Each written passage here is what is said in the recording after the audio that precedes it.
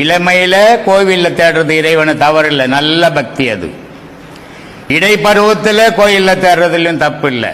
ஆனா முதுமையில கோயில்ல தேடக்கூடாது, அது அறியாமை ஆயிடும். முதுமையில உனக்குள்ள இறைவனை தேடணும். ஏன்னா வாய் தான் வாசப்படி, தலை தான் கோபுரம், இதயம்தான் மூலஸ்தானம்.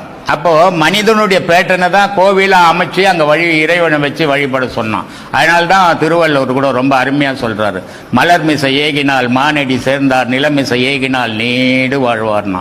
அப்ப என்ன சொல்றாரு அவரு, இறைவனை உன் இதயத்துல உட்கார இடம் விடுறா, அதுக்கு பேர் இதய தாமரைன்றார். அது அந்த தாமரையில இறைவனை உட்கார வச்சுட்டுனா உனக்கு இன்பத் துன்பமே இல்லடா, நீ சுகவாசியா வாழலாம் அப்படின்றாரு.